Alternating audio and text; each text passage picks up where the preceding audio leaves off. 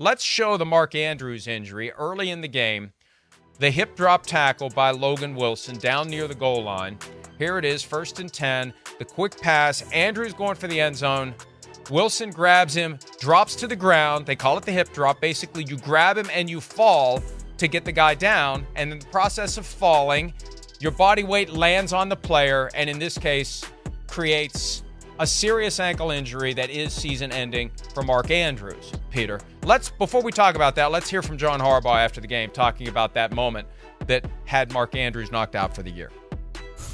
Well, yeah, it was definitely a hip drop tackle, to your point, and it is being discussed. It's a tough tackle. It was even necessary in that situation.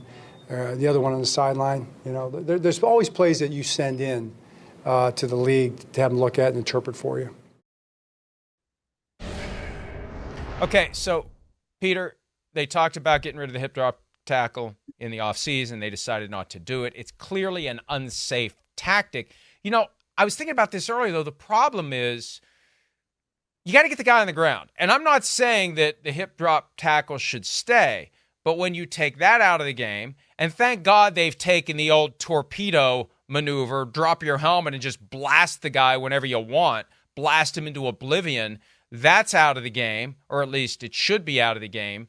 You got to get the guy on the ground. And as Mark Andrews is going to the end zone and you're behind him, you got to get him to the ground. And I don't know what else you would do to get him to the ground. Again, I'm not defending it. I'd like to see it go. But in that setting, what's Logan Wilson going to do to get a Mark Andrews to the ground when he's using a full head of steam to try to get to the end zone? The question is, Mike, and this is, look, I talked to Alan Sills about this, obviously the NFL's medical director. And I talked to Alan Sills about this because about a month ago in my column, I said, the NFL has got to stop trying to legislate everything that is remotely dangerous out of the game. I forget exactly what I said, but it was something like that. And because in my opinion, here's how I feel, Mike. Unless you find teams that are teaching the tackling technique that Logan Wilson used on Mark Andrews, which is grab the guy and bring the full 248 pounds of your body down on his femur, his ankle, whatever. Unless that is being taught, how in the world are you going to get this out of the game? Like, these things happen quickly. They happen in real time. Now, if it's being taught, then you've got to come down on it with a hammer. I get it. But I don't know that it's being taught. And that's what defensive players say right now about this play. We're not being taught that. I forget who it was. Somebody on the Colts, maybe it was Zaire Franklin, came out afterwards and said, we're not being taught this. This is playing football. You got to let us just play football. Sometimes people get hurt. So that is what, in my opinion, the league has to do, because I think that if you legislate something like this and say you cannot have this tackle, obviously you don't want to have what resulted to Mark Andrews. But my question is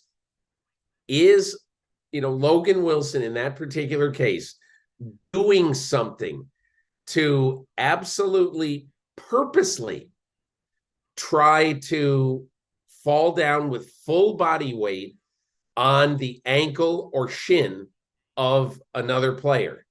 And that's the question that has to be asked. Is this being done purposefully? Anytime you say that, I have a flashback to the original The Longest Yard with Burt Reynolds, when they're doing the montage of the preparation for the prisoners to eventually play the guards in football. And one of the coaches says, "This is a pair of brass knuckles." So it never was quite that way in football. But you're right. If they're not telling them, this is our technique for tackling, this is how we're going to do it, we're going to wrap this guy up and we're going to fall on his legs, and if we get lucky, he's going to get hurt and he's not going to play in the game. That's not being taught. The reality is you got to get the guy on the ground. And it's one thing to say, okay, the guy's coming at you, here's what you do. You take your helmet to the side, the rugby tackle, you get him down that way. Well, Yeah. not every tackle is made where you are running right at the guy. Sometimes you're trailing the guy. So what do you do when you're trailing the guy to get him on the ground?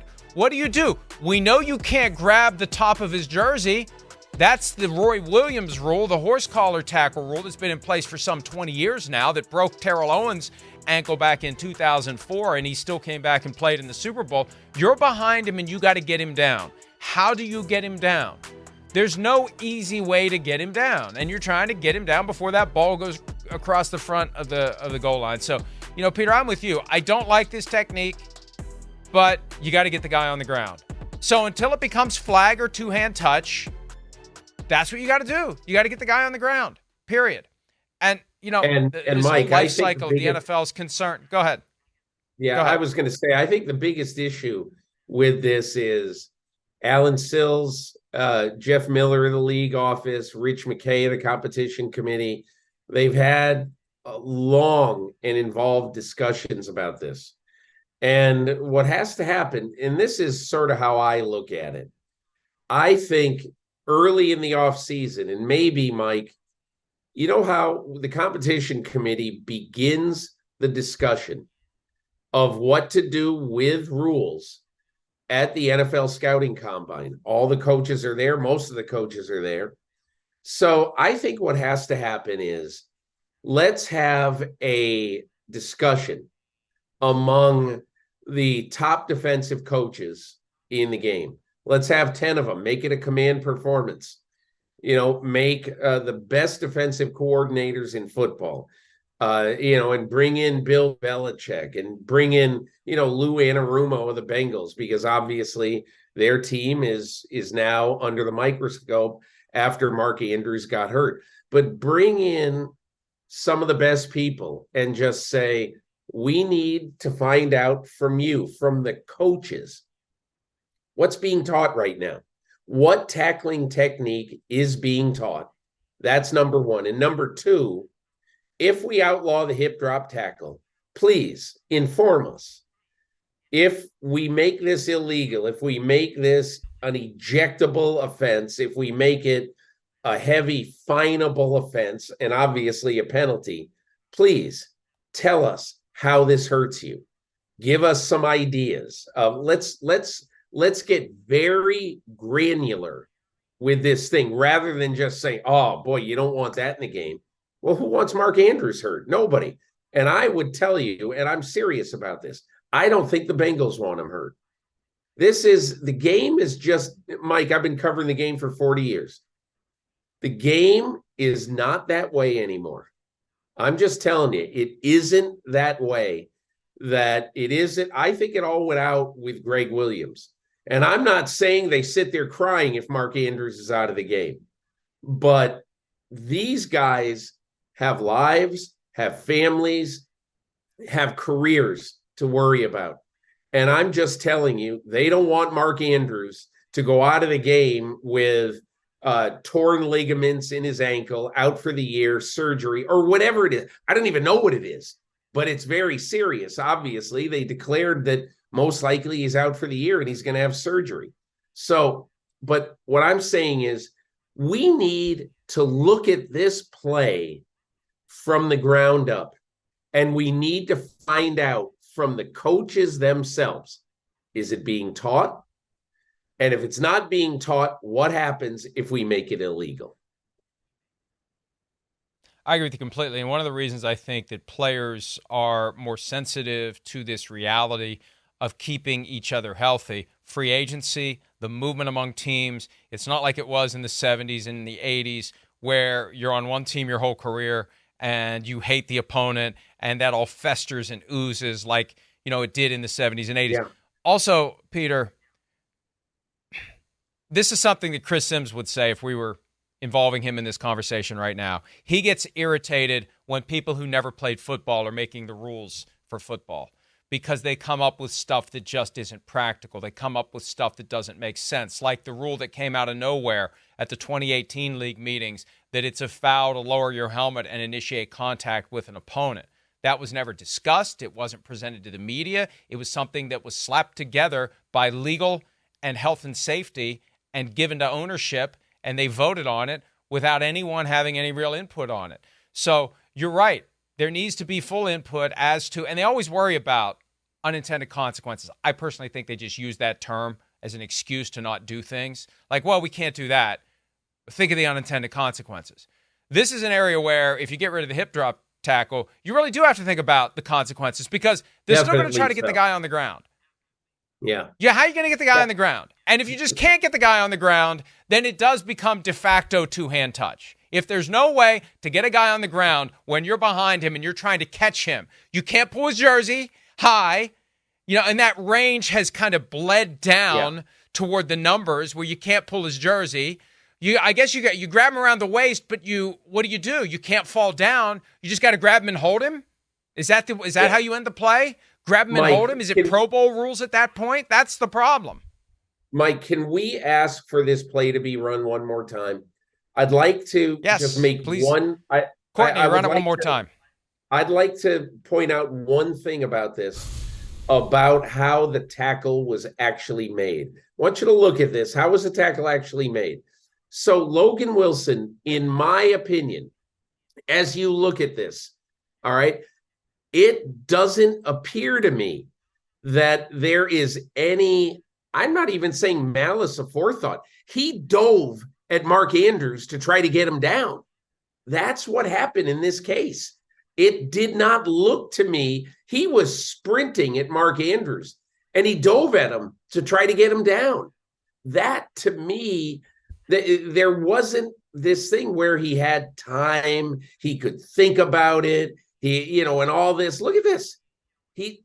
To me anyway, I think he just tried to get the guy down any way humanly possible. And if you ask him in this particular case, okay, you can't do anything to engage the legs as the player is going down.